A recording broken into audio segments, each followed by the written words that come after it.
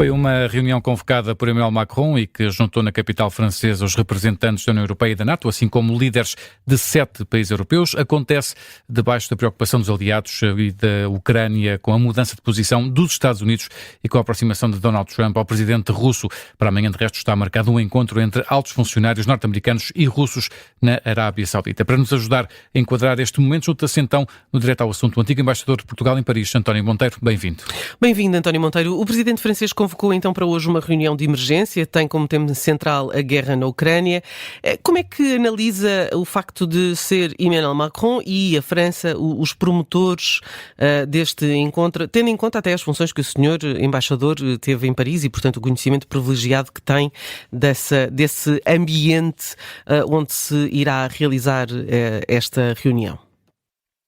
Bem, este corresponde inteiramente à ideia da França de que é uma potência europeia e, digamos, um país fulcral, tanto ao nível da União Europeia como ao nível da própria NATO, e creio que o Presidente Macron, ao lançar esta iniciativa, tenta, de qualquer maneira, posicionar-se de maneira a tentar novas vias, ou pelo menos uma nova via, que contraponha às mudanças que foram introduzidas pela posição dos Estados Unidos, e também é uma posição tradicional da França. A França está sempre atenta ao que se passa dos Estados Unidos, para depois poder ela adotar também posições de liderança, como está a fazer neste caso.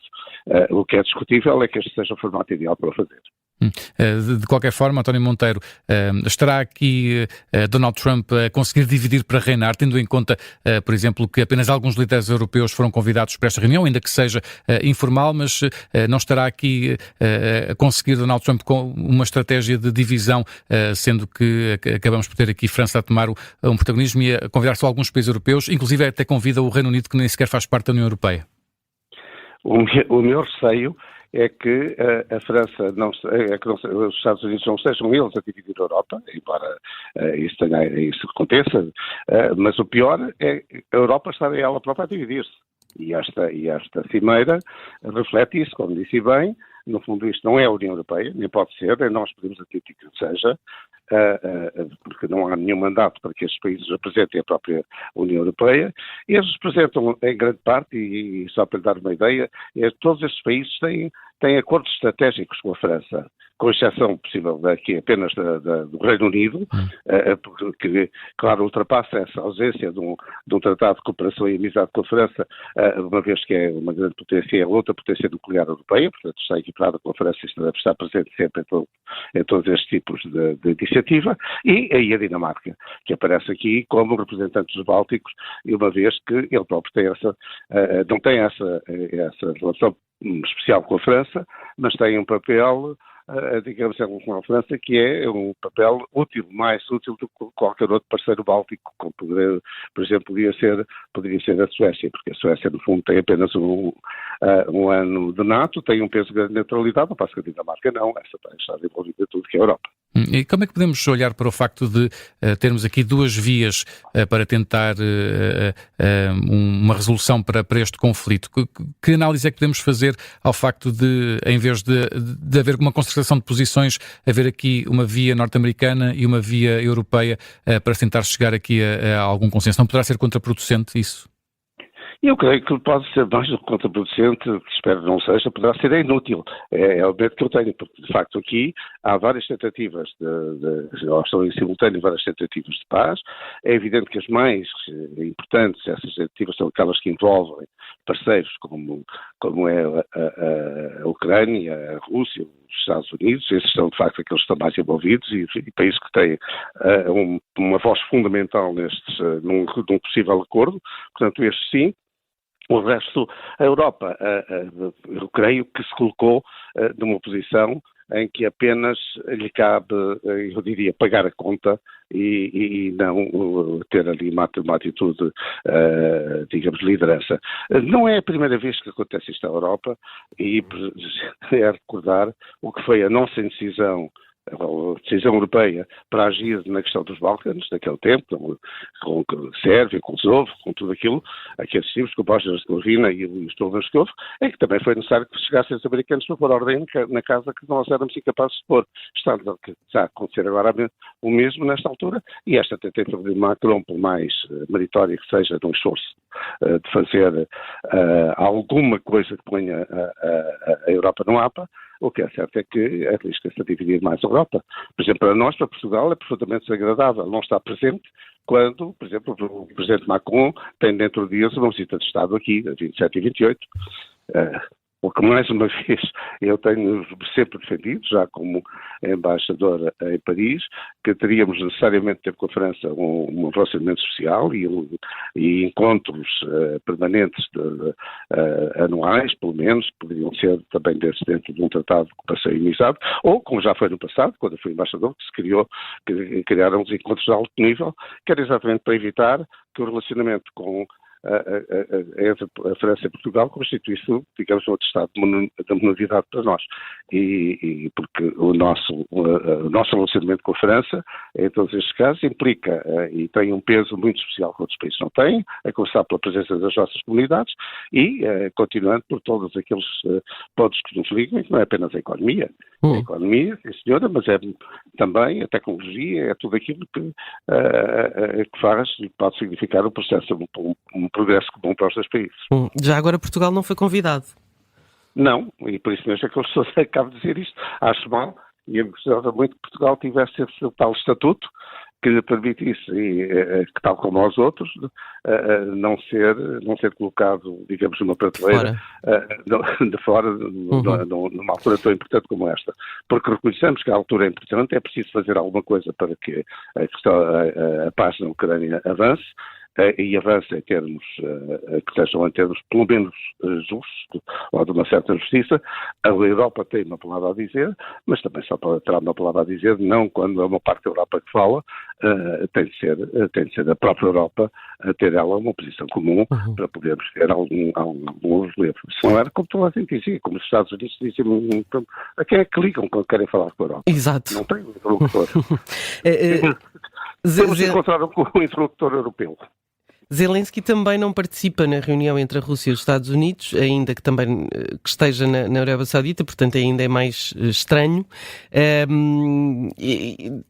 Faz sentido este tipo de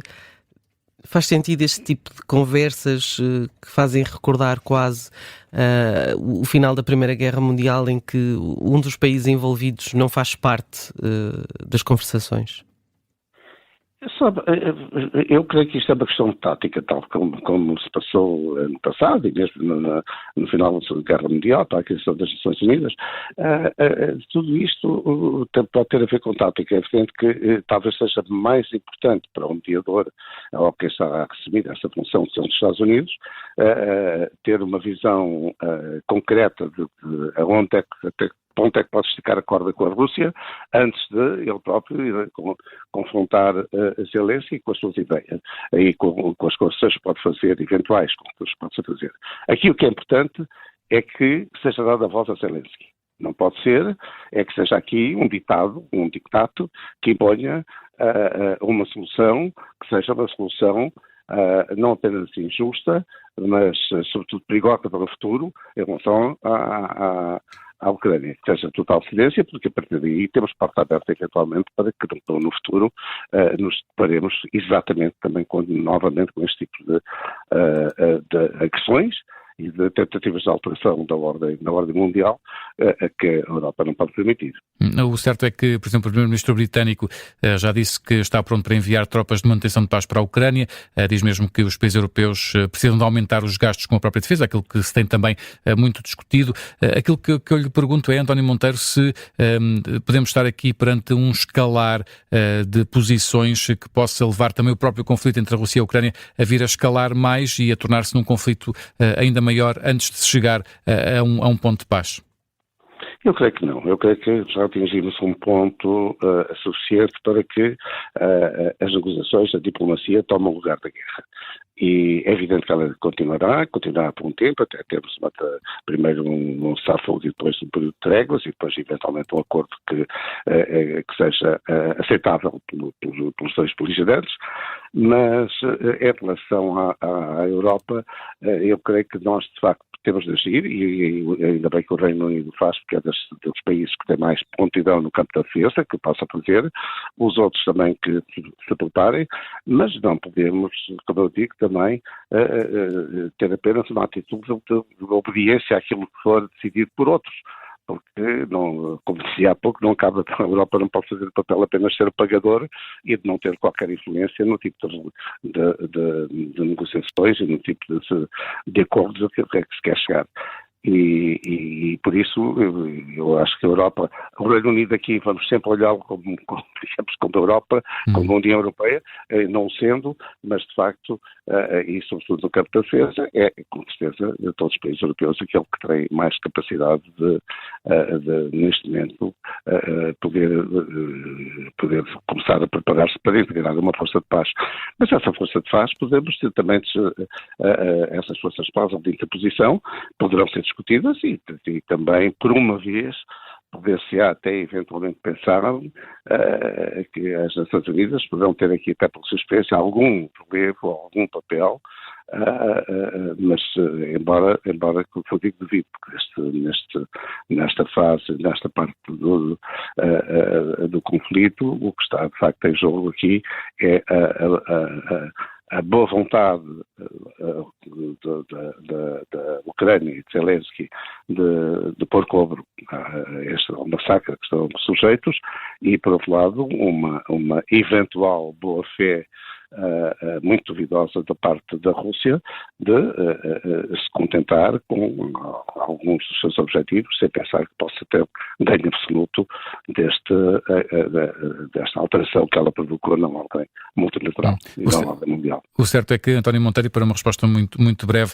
os Estados Unidos excluíram a União Europeia dessas negociações de paz com a Ucrânia. Acredita que em algum ponto estas duas vias irão unir-se, ou seja, será possível Europa e Estados Unidos juntarem-se e ajudarem também em conjunto em negociações de paz para a Ucrânia? Eu creio que sim, que o tempo mostrará, mesmo a Trump e às suas equipas, que não são os Estados Unidos que são apenas os guardiões e os grandes defensores da segurança europeia. A Europa é ela própria o grande tampão e a grande fronteira de segurança da América. E eles têm de perceber isso. António Monteiro, muito obrigado por ter estado connosco no Direto ao Assunto, antigo embaixador em Paris, a ajudar-nos a olhar para esta reunião que aconteceu hoje, precisamente em Paris, a juntar vários líderes europeus sobre uma possível negociação de paz para a Ucrânia.